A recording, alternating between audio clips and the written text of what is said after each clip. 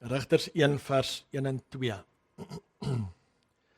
En na die dood van Josua het die kinders van Israel die Here geraadpleeg en gesê: Wie van ons moet eerste optrek teen die Kanaaniete om teen hulle te veg? En die Here het gesê: Juda moet optrek. Kyk, ek gee die land in sy hand. En dis vir ons vandag nie 'n fisiese opdrag nie, dis 'n geestelike beginsel. Amen. En wanneer ons sê Juda, dan praat ons nie van die gemeente nie. Ons is deel van 'n baie groot familie en 'n seisoen waarvan Juda die toonbeeld is. Dis wat ons bedoel by 'n geestelike betekenis. Jy sal onthou, daar was vroeër tyd in die charismatic was daar 'n preek oor die Joshua generation. Ek weet nie wie van julle dit gehoor nie.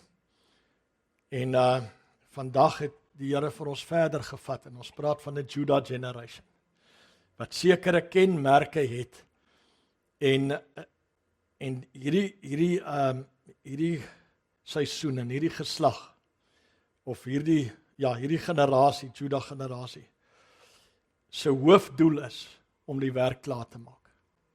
Sy hoofdoel is om klaar te maak dit wat God gegee het om gedoen te word. En natuurlik dan behels dit herstel. Kobus, dis die kenmerk van waar ons staan. Dis soos die banner oor ons. Jy weet, in Israel het elke familie, elke stam sy banier gehad. En hulle het met daai banier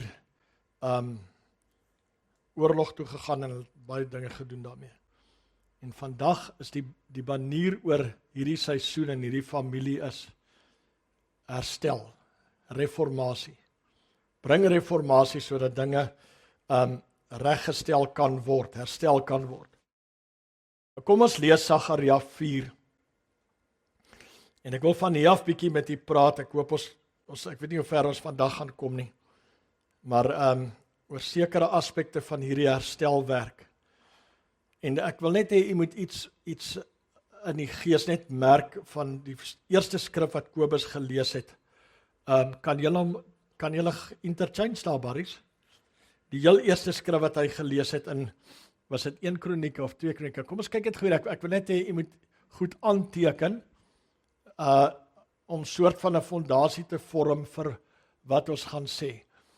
Kyk hierso, en die uitvoerders van die werk was ywerig besig sodat die herstellingswerk deur hulle hand gevorder het. Sê gou deur hulle hand. En hulle het die huis van God herstel volgens sy oorspronklike bouplan en dit reggemaak. OK, deur hulle hand. Nou die woord, die naam Juda is gekoppel aan die woord, die Hebreëse woord vir hand, wat die woord Yad is. Yad, hand. Ek sal later met u bietjie die skrifte kyk, maar Moses profeteer oor die stamme van Israel. Ek dink is dit in Deuteronomium 33 ergens. En dan sê hy, Here, wees met Juda, sy hand sal dit bereik. Gee dit in sy hand. Hy noem daar spesifiek, ek kan nie die presiese woorde onthou nie, maar dis die spesifieke ding van sy hand. Kan julle dit vinnig daar kry? Waar Moses profeteer oor dit. Kom ons kyk net daar, want ek dink dit is belangrik. So baie belangrike fondasie en ek het nou nie dit in die notas nie, maar terwyl ons daar is, kom ons kyk gou. Julle is mos op vakansie. Amen. Seëning van die 12 stamme deur Moses voor sy dood. Ja, Deuteronomium 33. Kom ons kyk gou, waar praat hy van Reuben, Levi, vers 7. Vers 7. Kan julle hom gou gooi, Deuteronomium 33 vers 7.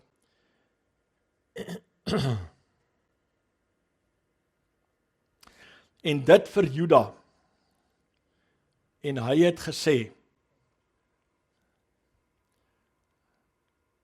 sal hom nou daai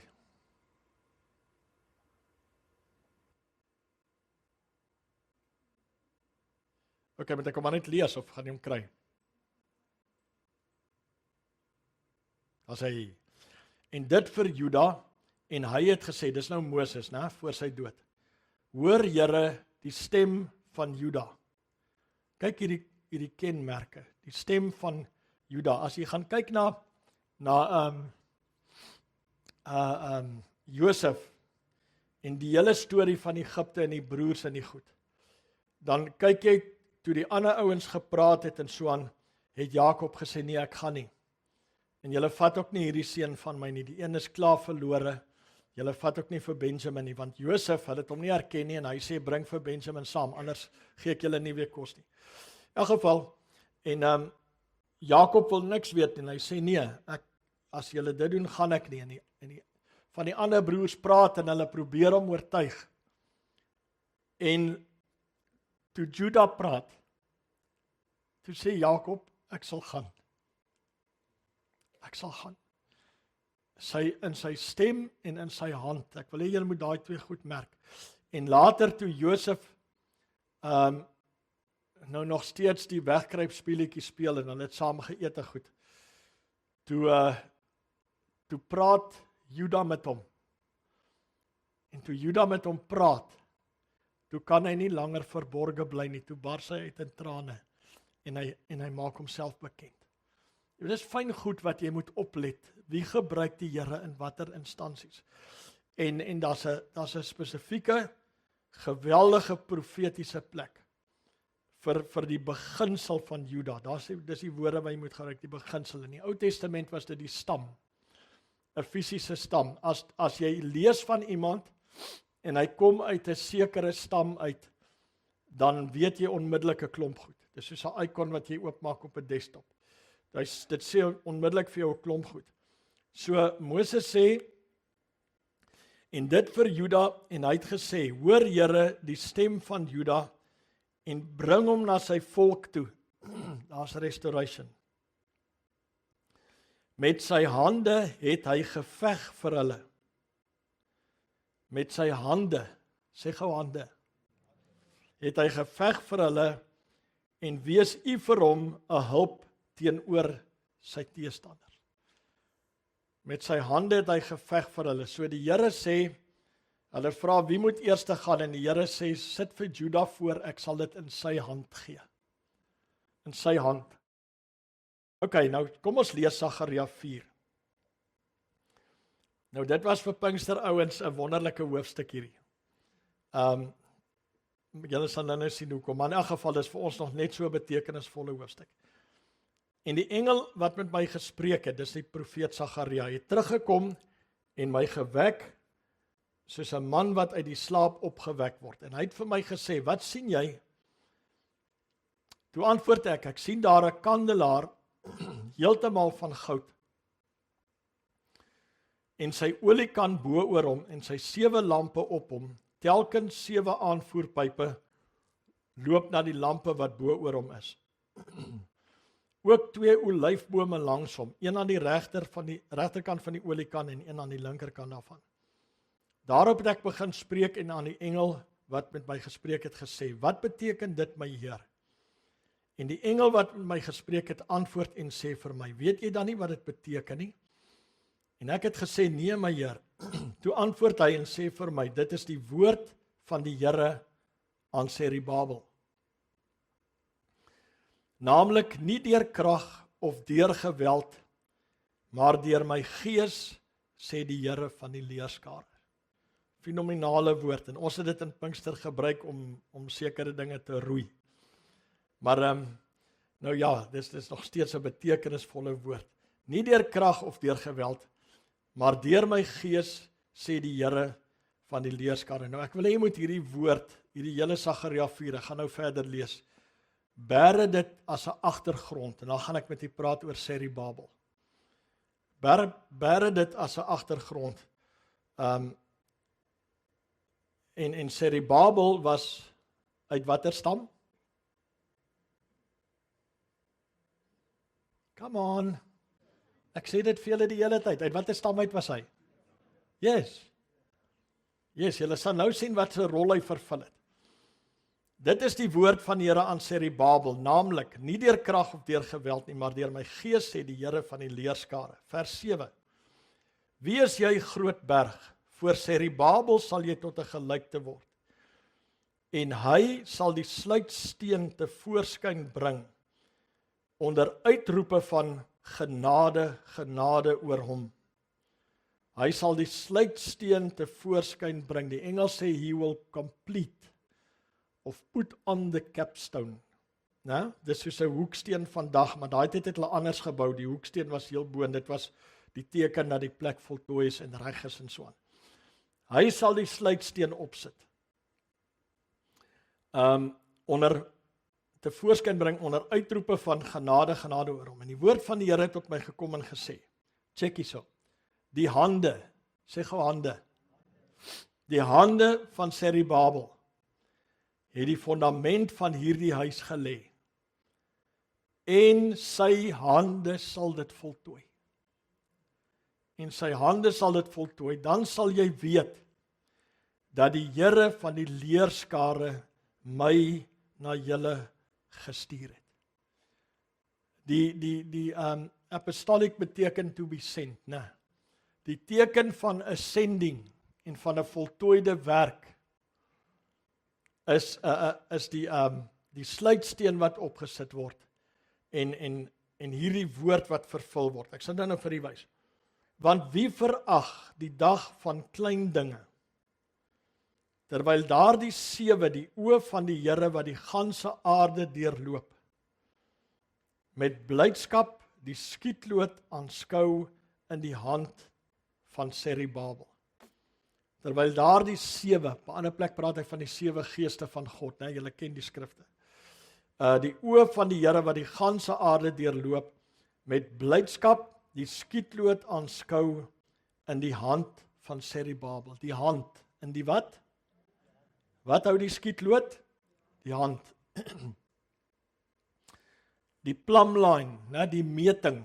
Onthou julle ons het gepraat oor meting, ek het vir elkeen van julle lineaal gegee. Die skietloot in die hand van Serubabel. Daarop het ek begin spreek en aan hom gesê, wat beteken hierdie 2 olyfbome aan die regterkant van die kandelaar en aan die linkerkant daarvan? En ek het toe nogmaals gespreek en vir hom gesê, wat beteken die 2 olyftakkies aan die kant van die 2 goue pype wat goud uit hulle laat uitstroom? Toe antwoord hy my en sê, weet jy nie wat dit beteken nie? En ek het gesê, nee my Heer.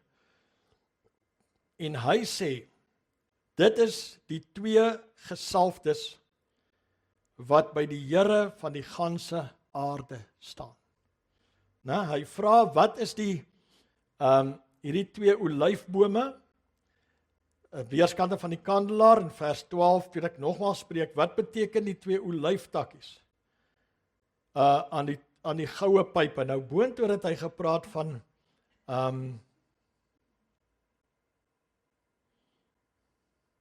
die 2 olyfbome, vers 3. Ok, dan elders het hy nog iets gesê. Nou sê die Here, dit is die 2 gesalfdes wat by die Here van die ganse aarde staan. Op 'n ander plek noem hy dit die 2 getuies. Die 2 getuies. So, nou, jy weet ouens wil nou baie goed daaroor en wonder en wat is hierdie 2 goed en so aan. Ek dink dis baie eenvoudig. Dis my verklaring. Het julle gesien wat Kobus gelees het? Ek dink sy laaste vers of een van die laaste verse. Die fondasie is Christus, né? Die sluitsteen, die hoeksteen is Christus. En saam met hom is wat die fondasie? Apostels en profete. Ek dink daai is 'n vooruitskouing en 'n geweldige verwysing na die apostoliek en die profetiek wat die hoeksteen vorm saam met Christus. En nou sê hy goed soos die hand van Serubabel het hierdie fondasie gelê. Waar het dit begin? In die Nuwe Testamentiese kerk het God sy kerk begin in die apostoliek. Met die gees van die apostoliek, is dit reg so? in die gees van die apostoliek, dis hoe hy dit begin het, dis hoe die fondasies gelê is. Maar ons het so ver afgewyk en so teen die goed gedraai, dat daar weer 'n tyd sal kom, dat die hand van Zerubabel, dat Juda hierdie goed weer sal herstel. Verstaan nie in wat 'n geweldige sfeer van profetiese betekenis God ons geplaas het. En ek sê weer, dis nie oor die naam van die gemeente nie, ek is besig met iets baie, baie groter. So, vir my is die 2 getuies, of die 2 wat ook al, wat daar genoem word, dink ek is niks anders nie, en dis nie apostels, dat jy dan sekere ouens, dis daai ou en daai ou nie, dis die apostoliek en die profetiek, julle hoor wat ek wil sê, dis iets baie groter, alhoewel daar manne is, wat hierdie anointing dra, is dit iets baie groter, maar wat ek julle wil laat sien is, God se klem is op die hand van Zerubabel. Die hand van Zerubabel. Nou goed, kom ons gaan bietjie, ons kyk net so ver ons kom oor wie was hierdie man gewees. Nou, net voor ek dit sê, wil ek dit noem. Hy praat van die dag van klein dinge, Sagaria 4 vers 10. Die dag van klein dinge. En een van die goed wat ek raak gelees het in nota sê, dis nie toevallig dat hierdie vers en Zerubabel se lewe so nou met mekaar verweef is nie. Die dag van klein dinge en die lewe van Zerubabel. Dan sê hy verder, die fondament van die tweede tempel het vir baie mense klein en teleurstellend gelyk in vergelyking met Salomo se tempel. So ek is ook nou vanmôre by die herstel van die tempel, Kobus. Die tweede tempel wat Zerubabel gaan herstel het. Ek sal nou wys, dit was vir baie ouens nietig, dit was vir hulle teleurstellend. Dit was vir hulle klein in vergelyking met hulle die glorie van Salomo se tempel onthou. En toe sê die Here, en toe verwys hy baie ver vorentoe na waar ons vandag is, toe sê hy die toekomstige heerlikheid. Ken jy daai vers? Dink is Haggai 2, né? Die toekomstige heerlikheid van hierdie huis sal groter wees as die vroeëre. Julle moenie nou huil en al die goed en so nie. Maar God het gesê, want wie verag die dag van klein dinge? Met ander woorde, kyk hierso, mense beoordeel die begin, maar God sien die einde. God sien die volëinding. Dit is presies wat Zerubabel sy hele lewe demonstreer. Ek wil jy moet dit vanmôre merk. Mense beoordeel die begin, God sien die einde. Né? So God is nie geworried oor die begin nie, dit kan maar klein wees. Maar hy weet waarheen is hy op pad. Nou my broeder en suster, as ek en jy deel van hierdie anointing is wat ons Juda noem. Kom ons stel dit dan nou maar so. As ons deel van dit is, dan een van die belangrikste goed is, wat sien jy? Wat sien jy? Wat neem jy waar? Jy weet, jy kan nie klein begin. Jou klein begin het vir jou geen betekenis as jy nie iets sien waar jy nie op pad is nie. Julle hoor wat ek wil sê. Jou klein begin beteken vir jou niks. Jy sal by 'n klein begin bly. Daar's ouens wat 40 jaar al by 'n klein begin stil staan. Hoekom? Want hy sien nie waar hy moet gaan nie. En as ons in Juda is, nie die gemeente nie, die gees van Juda, dan moet ons iets hê wat ons gesien het. Ons moet iets hê wat voor ons lê. Ons moet die volëinding najaag, die klaarmaak van die werk, die herstel moet voor ons wees soos 'n plumlyn wat hang, en dit moet ons werk bepaal en dit moet ons aan die gang hou. So God sien die volëinding. En nou luister hierso, dit is presies wat Zerubabel se hele lewe demonstreer. So ons gaan bietjie na Sagaria 4, daarby stil staan aan die hand van hierdie persoon Zerubabel. Ek wil graag so 'n bietjie met u paar notas deel oor wie hy was. Want ek sê dit weer, dis presies wat Zerubabel se hele lewe demonstreer. Klein begin, volëindiging. Klein begin, volëindiging. Die werk is begin deur die hande van Zerubabel, dit sal volëindig word deur die hande van Zerubabel. En as ek dit in ons taal kan sê vandag, is dit dat die anointing van Juda het dit begin en die anointing van Juda gaan dit volëindig. En prys die Here, ek en jy kan deel wees van die anointing van Juda. Halleluja, al het ons wat se naam bokant ons deurgaan. Ons kan deel wees van anointing van Juda as ons in hierdie goed kan inkoop en dit kan sien. Nou goed, ek wil die eerste vraag vra. Hoekom was Serubabel belangrik? Hoekom was Serubabel belangrik? En ek wil vir u die volgende goed, luister gou so, of is dit daar, dit is daar op die dinges dink ek.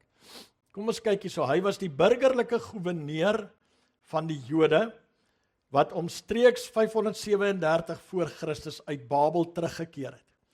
Koning Kores het gesê, julle kan teruggaan, hierdie klomp is weggevoer, hulle was omtrent 70 jaar daar, na Babel toe, en toe kom Kores, en die Here noem hom my gesalfde, heidense koning, en God noem hom my gesalfde.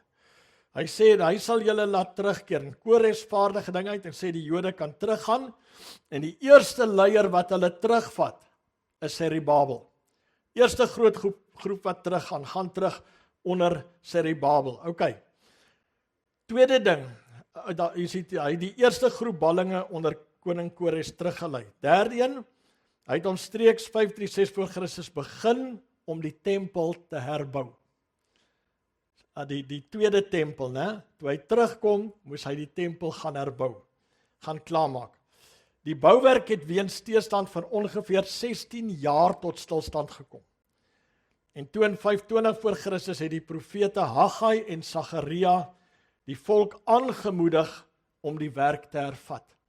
Die profete, sien julle die profete werk saam in die apostoliek. Dis die plan van God. Dis hoe God sy kerk bou. Dis die fondasie saam met Christus.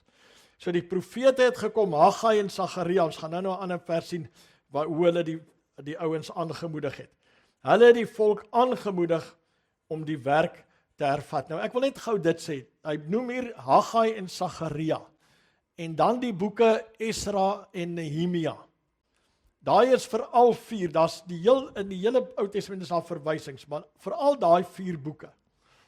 Haggai, Sagaria, Esra, Nehemia is boeke wat gaan oor die herbou en die herstel van die muur en die tempel ensovoorts, Jerusalem en so aan. En dis fenominale boeke, daar's geweldige belangrike beginsels wat daar uitkom, en hierdie stories is daar vervat.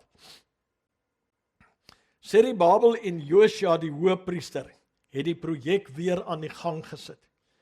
Die tempel is uiteindelik in 515 voor Christus voltooi. Ok, hy het ook die organisasie van die priesters en leviete herstel. U sal dit nou sien wat dit beteken. Hy het die organisasie van die priesters en van die leviete herstel. Nou, Serubabel se betekenis is groot, omdat hy die man was wat op 'n sekere kruispunt gestaan het. Gee gou die volgende een. Hy was die kruispunt van die koninklike geslagslyn van Dawid. Nou dis baie belangrik dat jy dit vanmôre sal sien. Onthou, ek sal dit nou verduidelik. Die koninklike geslagslyn van Dawid, want God het vir Dawid 'n belofte gegee en 'n verbond met hom gemaak, en hy het gesê, jou saad sal op die troon sit. So as ons praat van fathers and sons, en ons praat van generational building, en ons praat van succession en al hierdie goed, dan moet ons weet, waarmee het ons te doen as ons Sagaria 4 lees? Wat is die agtergrond? Wat lê agter hierdie hele storie? En hier's 'n man wat God stel op die kruispunt van die een ding, die koninklike geslagslyn van Dawid. Die tweede ding is die terugkeer uit ballingskap, wat 'n geweldige belangrike ding in Israel was. In die hele geskiedenis sal julle sien dat die terugkeer uit gevangenskap en selfs vandag nog, dis 'n ding wat nog nie vandag opgehou het nie, in die sin van, weet jy hoe belangrik is dit by die Jode om terug te gaan? Ek dink julle weet hierdie goed. Daai migration terug is iets wat in hulle harte en hulle lewens is. Jy kan dit nie stop nie, hy wil teruggaan. Want God het gesê, ek sal julle sal op die heup dra en julle sal terugbring, julle ken al die goed, nee. God het dit beloof, die terugkoms, en die man wat die ding begin het, wat God in die begin van die ding sit, is Serubabel. Ok, onthou nou, daar's aan hom gesê, luister mooi, daar's aan hierdie man gesê, nie deur krag of deur geweld, maar deur my gees. Daar's ook gesê, die hande van hierdie man sal die job klaarmaak. Alright, en dan die derde ding is die herbou van die tweede tempel. Die herbou van die tweede tempel. So dis die punt waar Serubabel staan. Die koninklike geslagslyn van Dawid loop deur hom. en hy het dit herstel in 'n sin, as ek nou die woord herstel kan gebruik. Die terugkeer uit ballingskap, en hy het hulle gelei, die eerste groep, en dan die herbou van die tweede tempel. En dan iets baie belangrik, luister hierso, ek weet ons is baie keer, is ons nie so lief vir geslagsregisters nie. En ons los maar daai hoofstukke, en met al daai lang, hy het die seun geword van dit, en hy het die seun geword, en he begat, and he begat, and he begat, and he begat. Julle ken hom, né? Dat jy later aan moeg word van die begats. Maar daar's 'n rede, ek gaan vir jou wys, hoekom is dit vir God belangrik. Nou, hierdie paragraaf, hy word selfs in die geslagsregister van Jesus in die Nuwe Testament opgeneem. Hy word in die, nou ek gaan vir jou wys later, daar's heelwat gevalle in die Bybel, dat die lineage van pa, seun, pa, seun, pa, seun. Daar's baie plekke waar God, verskoon nou my Afrikaans, intervene het, om daai ding te verander. Want jy kon deur aanneming in die Joodse tradisie was baie anders as ons. En jy kon deur adoption en deur die swaarshuwelik, weet jy wat dit is?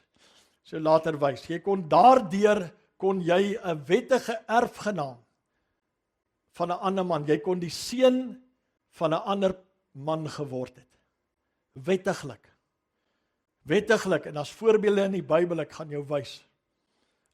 Nou, Serubabel word genoem een plek die seun van Sealtiel, of heelwat plekke, dink ek. En dan op een plek word hy genoem die seun van, is dit Pedaia. Nou Pedaia was Sealtiel se broer, ja. So hy was die seun van Pedaia, sê die een skrif, maar hy word die seun van Sealtiel genoem, so dit lyk, ou se nie definitief, dit maak nie saak nie, maar in 'n geval, dit lyk asof hy op 'n ander manier in hierdie koninklike lyn ingekom het, as bloot net fisiese navolging. Dit lyk asof God hom ingebring het, dit kan deur 'n swaarshuwelik wees, dit kan deur, daar's nie definitiewe bewyse vir die goed nie, maar dis hoekom dit belangrik is dat ons sal sien, Serubabel is deel van die geslagslyn van Christus Jesus. Dis belangrik, dis ontsettend belangrik. Weet jy wat het jy gedoen om daar te kom? Jy kon nie betaal om daar te kom nie. Maar as die Bybel dit sê, moet jy dadelik regop sit nie, en jy moet kennis neem hiervan. Wat hom 'n belangrike figuur in die Bybelse geskiedenis maak. Serubabel is om verskeie redes belangrik, en dis redes wat veel verder strek as bloot sy rol as goewerneur van Juda. Die goewerneur van Juda het hom nie belangrik gemaak nie. Daar's baie ander meer belangrike profetiese goed. Sy lewe staan op die deurslaggewende oomblik, op 'n deurslaggewende fenominale oomblik in God se verlossingsgeskiedenis. Nou kom ons kyk gou na 'n paar van sy belangrike goed. Punt A, hy was die erfgenaam van Dawid se koningshuis, of se koningslyn, né? Julle verstaan nou wat ek bedoel. Hy was die erfgenaam van Dawid se koningshuis. Nou, Serubabel was 'n afstammeling van koning Dawid deur die konings van Juda. Belangrik om die goed te weet.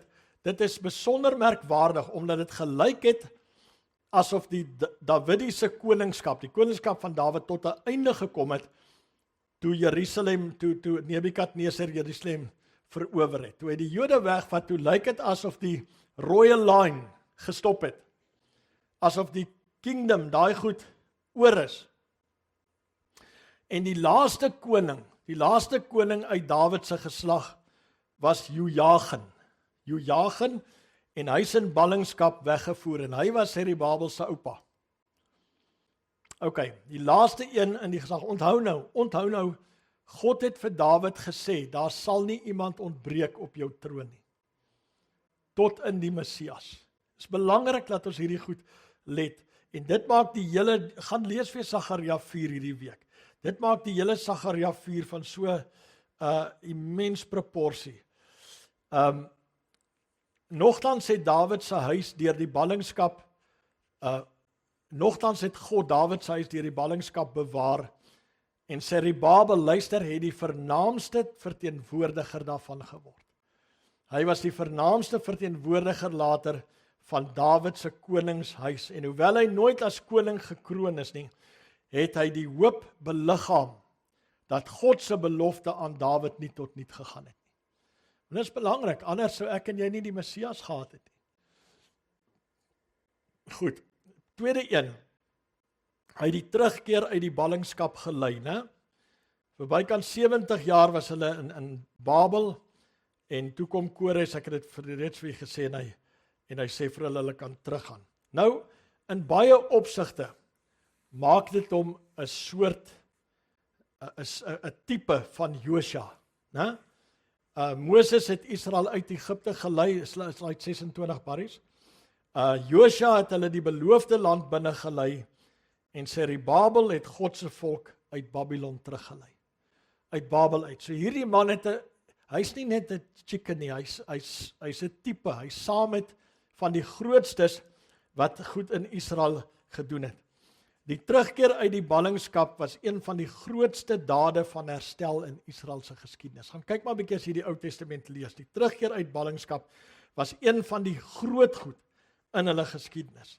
Derde een, hy het die tempel herbou, en dit was waarskynlik sy grootste historiese prestasie. Die tempel is vernietig. Nou luister, waaroor gaan dit? Ek wil jy moet baie mooi let. Dis nou woorde wat 'n ou net sê, maar hier kom die betekenis. Sonder die tempel het offers opgehou, die priesterlike bediening was onvolledig, en die volk kon God nie aanbid soos hy bepaal het nie. Dis belangrik, met ander woorde, die hele, kyk, Israel se sosiale, sy hele sosiale bestaan as volk het gegaan rondom die tempel, en hulle godsdiens, né? Dit was die nature van Israel, dit het rondom die goed gegaan, en toe die tempel vernietig word, en hulle word weggevat, toe's al daai goed gaan. So, Serubabel, ek wil hê jy moet dit sien, Serubabel het nie net die tempel kom herbou nie, hy het die lewe van Israel kom herstel. Hy het die lewe van Israel, baie groter as net 'n gebou, inteendeel, julle sal later sien, hy en Josua wat hom gehelp het, sy motto was, eers die worship, dan die gebou. Eers die worship, dan die gebou. So hierdie goed was vir Serubabel belangrik, en dit maak hom 'n kingpin in die geskiedenis van Israel. Hy kom en hy herstel die altaar. Jy weet, jy het baie konings gekry. As jy lees van die reformasies van die konings in die Ou Testament, dan sê hulle, hierdie ou het gekom, en hy het slegter doen as sy pa. Hy was goddeloser as sy pa. Hy het al hierdie goed, so dan kry jy ander wat gekom het, wat waarlik vir God geleef het, en een van die eerste goed wat hulle herstel het, was die worship. En by worship bedoel ek nie dit nie. Asseblief, ek bedoel die geestelike lewe van 'n volk. Julle hoor wat ek wil sê. Die geestelike lewe van 'n volk het hy kom herstel, en dit was vir hom belangrik, en ek dink dis 'n baie groot pleintjie vir Serubabel gewees. Hy het die fundament van die tweede tempel gelê, en dit uiteindelik voltooi. Hierdie tempel het byna 500 jaar lank gestaan, en dis dieselfde tempel wat Jesus later sou binnegaan. Selfde tempel, hy het dit herstel, hy het deurgedruk met die werk, ten spyte van vyandigheid het hy aangegaan. Vierde een, hy het getroue leierskap getoon. Getroue leierskap, faithful leadership. Toe teerstand ontstaan, het die bouwerk vir 16 jaar tot stilstand gekom. En God stuur Haggai en Sagaria om te bemoedig. En in plaas daarvan om moed op te gee, het Serubabel gehoorsaam aan God se woord gebly, en hy het die werk voltooi. Is iets wat ons vandag kort is, vasbuiters, né? Vasbuiters. Ek praat nou eendag met iemand, en hy sê vir my, hy sê, weet jy, die persoon in my gemeente het so mooi aangegaan met 'n sekere ding wat die persoon gedoen het. Sekere afdeling van die werk, en so fantasties, en daar was mooiste resultate, en daar was weer oplewing, en mense het gekom en alles. Hy sê vir my dit, hy sê, maar die probleem is, die persoon kan nie volhard nie. Die persoon kan nie deurdruk met 'n ding. Na tyd dan verloor hulle belang. En my broeder en suster, dis een van die gevare van die tipe lewe wat ons kinders vandag aanleer. Ons leer om 'n kort gedagtespan te hê. En weet jy waarheen loop dit? Ons kan nie volhard met dinge nie. Dis waarheen dit gaan. Ons word geleer, 'n skerm bevredig jou. En daai goed, en dan beperk die ouens die tyd, en al die goed, en is 'n lewe van nou hier, nou's dit, nou wil ek dit, en nou dat, en is 'n remote knoppie vinnig en so aan. En uiteindelik sit dit oor in 'n kwaliteit wat sê ek kan nie volhard nie. As jy my nie lank genoeg stimuleer nie, dan verloor ek belang. Ken julle dit? Dis die wêreld wat ons kweek. Daar's min vasbyters. Wie sal gered word? Hulle wat? Volhard tot die einde toe. Volhard tot die einde toe. As daar een ding is wat ons moet kweek onder die hande van Serubabel, dan moet dit vasbyters wees. En ek wil vir jou sê, ons gaan teestand kry om die werk te voltooi. Ons gaan teestand kry om die wil van God te doen. Ons gaan teestand kry om die purposes van God te doen. Verseker, ons gaan baie. En as jy kyk vandag, waarheen gaan dit? Ons gaan verskriklike teestand kry, in watter vorm ook al. En ek kan vandag sien hoekom God daai goed gesê het, hoekom Jesus dit gesê het. Hierdie oorwinning is vir die vasbyters. En ek dank die Here in ouer huise, julle wat ouer is vandag, en miskien, kom ek noem nou 'n getal, oor die 60 is. Of oor 55, of as hy julle soek. Ouens, luister mooi. Ek wil nou praat van ons, want ek is in daai groep. Ons het die voorbeelde van vasbyters gehad. En ons is onder die hande van vasbyters grootgemaak. Yes. En dit is vir my so voorreg, want ek weet wat dit is om te volhard. En ons sal ons boumetodes van ons kinders bietjie moet verander, om hierdie goed in te bou. Ek het Vrydag het pastoor Gordon hulle bietjie daar by ons kom kuier. En hy het my vertel van die goed wat op universiteite aangaan, waar sy dogters was, en in die algemeen in die sekulêre lewe. Ouens, dis skrikwekkend. Jy weet, daar was sy dogters geswat het in Kaapstad. Ek kan nou nie eens al die goed onthou nie, ek was so geskok geweest. Maar nou word hulle geleer. Kyk, daai goed is hyperlinks. Hulle is so ver links, hulle is amper weer regs. Maar nou word jy, as jy nou met 'n seun praat in die klas, sê nou maar of jy adres hom of jy, dan moet jy sê, how do you, wat is die woord, ken julle die woord Ewald? Hoe identifiseer jy vandag? Ek dink dis die woord. How do you identify today? En die dogter van hom, ek meen hulle dien die Here en sy het sang goed geswat. En dan sê hy vir haar, can't you see I'm a woman? En dan nou die volgende dag, kan jy nie aanneem, hy's nou weer dit nie. Julle weet seker waarvan ek praat, julle jong mense. Jy kan nie aanneem, hy's weer dit nie. Jy moet hom nou opnuut vra, en die volgende dag toe vra sy vir hom, seker iemand met wie sy moes take doen, of wat ek weet nie, iets te doen gehad het, en sy vra vir hom, hy sê, I'm a man. Toe sê 'n man die volgende dag. En as jy hom daai dag as woman aangespreek het, dan word jy gevat na die kantore toe, en dis nag vir jou. Ek weet nie of jy geskort word nie, maar in elk geval. So ons create 'n wêreld, of laat ek dit so stel, die teestand, en ek het vir u gesê, hierdie oorlogvoering is ideologies, né? Dis 'n teestand wat geweldig raak, en dis hierso.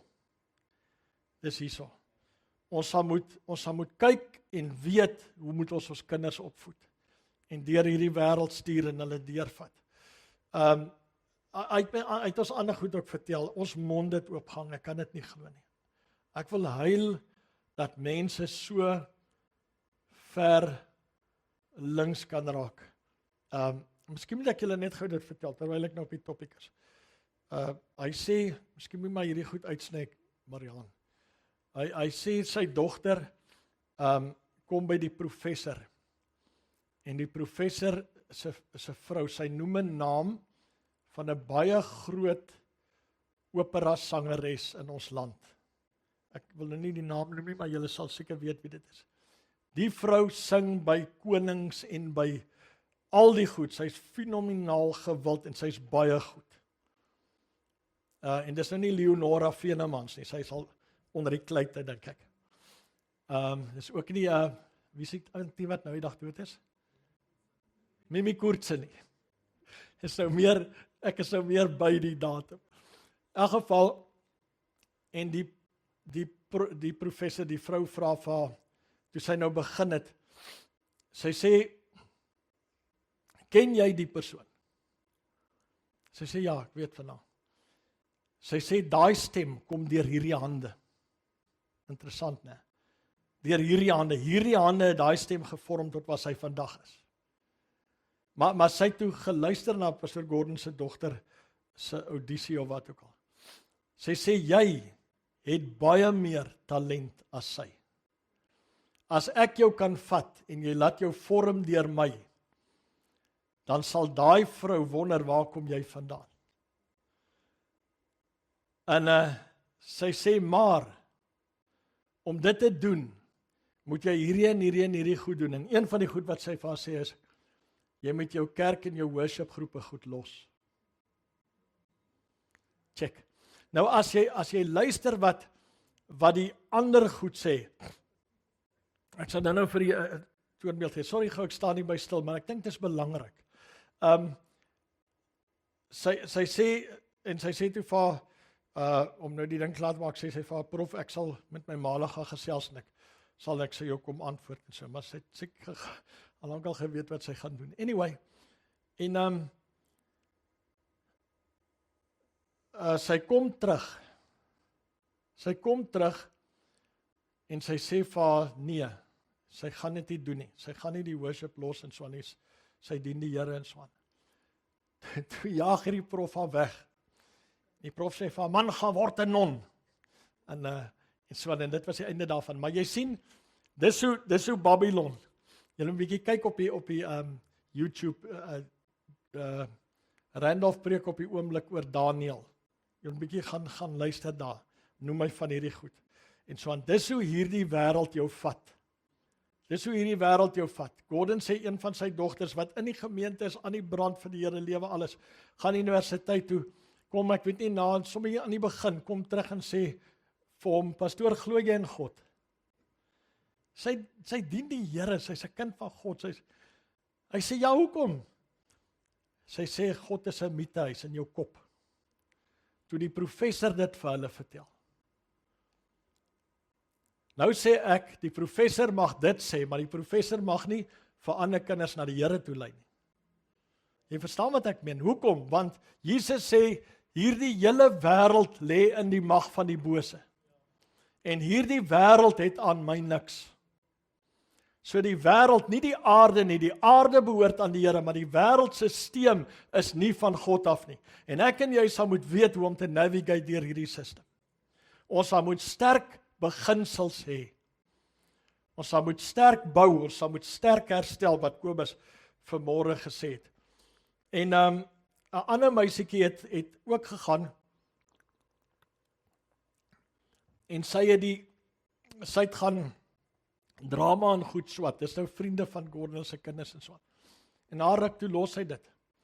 Sy sê, want al hulle goed in die danse wat hulle moet doen, en al hierdie goed, is design op, julle verstaan wat ek bedoel, jy bid vir die ander span. Alles is design daarna toe. Alles. So dis hartseer, maar ons moet weet, ek praat nou 'n bietjie oor vasbuiters. Ons sal moet die gees van 'n vasbuiter weer terugkry en inbou in hierdie move. Dis van die eienskappe wat Juda voorstaan. En dit is so belangrik, hy wat volhard tot die einde toe sal gered word. Nou goed, hy het 'n voorbeeld geword, slide 30, hy het 'n voorbeeld geword van volharding te midde van ontmoediging. Volharding te midde van ontmoediging. Nou wil ek jou vra, hoeveel kan jy deurstaan? How much can you take? Vandag as mense by 'n werk is en as iemand wat hulle sleg behandel, dan bedank hulle. As sê tog nou net amen asseblief. Of sê eina of wat ook al. How much can we take? Is sad, is hartseer. En dan sê ons is apostoliek.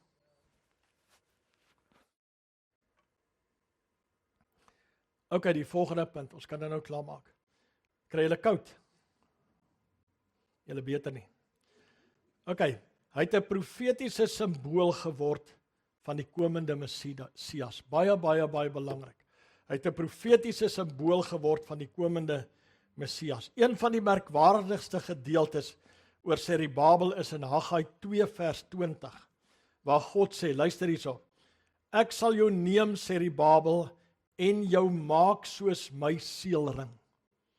Ek sal jou maak soos my seelring. Nou 'n seelring het die gesag van die koning verteenwoordig.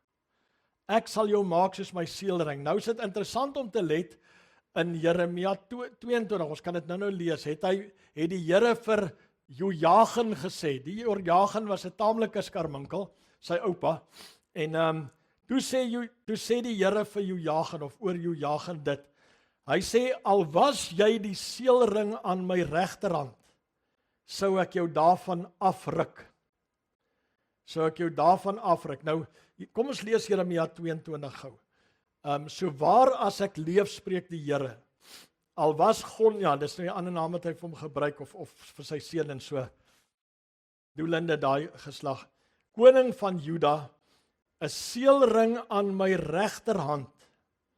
Tog sal ek jou daar afruk en ek sal jou gee in die hand van hulle wat jou lewe soek en in die hand van hulle vir wie jy bang is. Naamlik die hand van Nebukadresar, ander naam van Nebukadneser, die koning van Babel, en in die hand van die Galdeërs. Galdeërs is Babylon, hè? Ek sal jou in hulle hand gee omdat jy vrees vir hulle en oor die goed wat jy doen en die manier wat jy lewe, sal ek jou, al was jy soos 'n seelring, sal ek jou afruk. En 2 geslagte later sê hy vir Serubabel, ek sal jou maak soos my seelring. Né? Fenominale herstel van God se belofte. En daarom dui Haggai se profesie oor Serubabel, gaan lees dit bietjie. Dui daarop dat God die hoop van Dawid se koningshuis gaan herstel. Ek wil hê ons moet hierdie prinsipels net vanmôre inbou, dat ons kan weet, as ons gaan kyk na Sagaria 4, waarmee werk ons? God het die belofte gegee in hierdie man. Hy het vir hierdie man gesê, ek sal jou weer maak soos my seelring. Jou oupa het ek verwyder, maar ek sal jou maak soos my signet ring wat my gesag dra, want ek wil my belofte aan Dawid herstel. Jy sien, baie keer dink ons se dinge doodgeloop. Maar ek gaan later vir u wys, wanneer 'n ding in ons oor doodloop, dan is God besig met die fondasies van 'n nuwe ding. Amen. So, dit was die woord en God het dit omgedraai.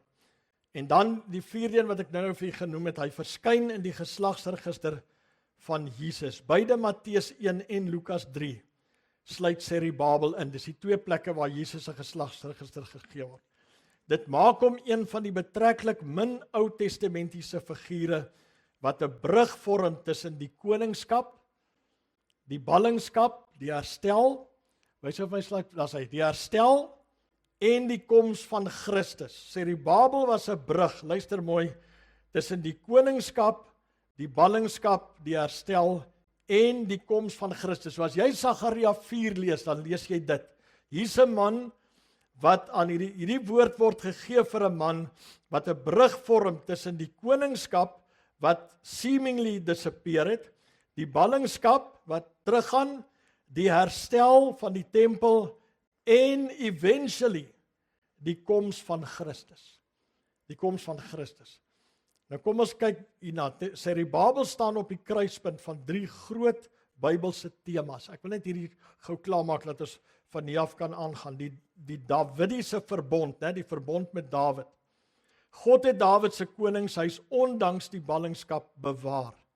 Die herstel, God het sy volk teruggebring en die aanbidding herstel en die Messias, Serubabel wys vooruit na Jesus, die ware koning wat God se koninkryk vir ewig sou vestig. So om hierdie rede gee Haggai en Sagaria, gaan lees maar daai twee boeke, besondere aandag aan hom. En hier is 'n volgende ding wat ek net moet sien. Hy is nie bloot, luister mooi. Serubabel is nie bloot 'n administrateur in Persiese Juda nie. Hy is 'n lewende bewys dat God sy verbondsbeloftes gestand doen, selfs na oordeel en ballingskap. Selfs na oordeel en ballingskap. Hier staan 'n man wat 'n bewys is. Ek kan vir julle die bewys. Ek is die middelpunt van al hierdie goed. En ek kan vanmôre vir julle bewys. Ek is die bewys dat God sy beloftes nie vergeet nie. Wow, wat 'n boodskap vir ons, né? Met ander woorde, as die woord dan sê nie deur krag of deur geweld nie, dan weet ons presies waaroor dit gaan. Maar deur my gees, sê die Here van die leerskare, want julle kyk na klein dinge, maar moenie die dag van klein dinge verag nie, maar ek sien die einde. Prys die Here. Okay, kom ons maak hier klaar en dan gaan ons volgende week bietjie aangaan. En ek wil graag laat ons weer na Sagaria 4 kyk en wat die woord daar vir ons sê. Kom ons bid saam. Vader, baie dankie vir u woord. Dankie vir al die goud wat u vir ons hierin belê het. Diamante, edelstene, verborgenhede wat dit ons taak is om dit uit te haal. Ons vra dat die Heilige Gees hierdie goed vir ons sal duidelik maak, dat ons sal weet aan wie is hierdie woord gegee en dat ons sal weet wat u bedoel wanneer u sê die hande van Serubabel het dit begin en die hande van Serubabel sal dit klaar maak. Here, wanneer ons hierdie goed lees, dan wil ons aanmeld vanoggend en sê hier is ons. As ons dan deel is van die hand van Serubabel, doen dit deur ons, gebruik ons. Hier is ons, Here, ons is beskikbaar. Ons dankie in Jesus naam. Ek wil vanmôre bid, Here, dat wanneer ons hierdie goed sê en ons praat van Juda en die gees van Juda en die hand van Serubabel en al die mooi goed, Vader, dat daar in ons iets sal opstaan wat sê, maar ek is deel van dit. Ek is deel van dit. Ek is nie net iemand wat op hierdie aarde 'n tyd lank spandeer en dan is ek weg nie. Ek is deel van die purposes, van die voorsiening, van die beplanning van die Here om 'n groot einde te hê. En dit sal wees wanneer Jesus Christus terugkom. Ons dankie in Jesus naam, laat daar by ons 'n ander gees posvat, Here. 'n Ander gees as hierdie wêreld, 'n gees van excellence, 'n gees van vasbyt, 'n gees van deurdruk in die naam van Jesus Christus. Here, ek wil vanmôre bid as daar mense is wat alweens druk gesoog het of gaan lê het voor die wêreld in defeat en opgegee het of hulle gedagtes is al klaar een van verloor, dan wil ek dit vanmôre vra dat u dit sal verander in die naam van Jesus Christus. Laat ons sal besef, you are coming back for a glorious church. Here, u kom terug vir 'n kerk wat verheerlik is en wat in oorwinning staan en ons weier om die verlies te vat. Ons weier om die pak te vat. Ons sal oorwin is wat die woord vir ons leer, Here. Ons dankie daarvoor in Jesus naam. Deliver us from an escapist mentality, wat ons net probeer wegkom en dinge beter maak op 'n ander plek. Maar laat ons sal besef, die plek waar ek geplaas is waar God wil hê ek moet 'n verskil maak. In Jesus naam. Gee ons daai kwaliteit, Here. Gee ons daai sterkte, daai staal om hierdie goed te doen in Jesus naam. Ons bid vir 'n mentaliteit van volharding, wat ons anders sal wees as die wêreld, anders sal wees as die compromising kerk, maar dat ons sal staan en sê, nee, ons is die kerk van Jesus Christus. En ons handel in die gees van hierdie season, en daarom is ons anders. Dankie, Here, sal u dit doen deur u gees, in ons werk, deur u Heilige Gees. Ons dankie in Jesus naam. Amen.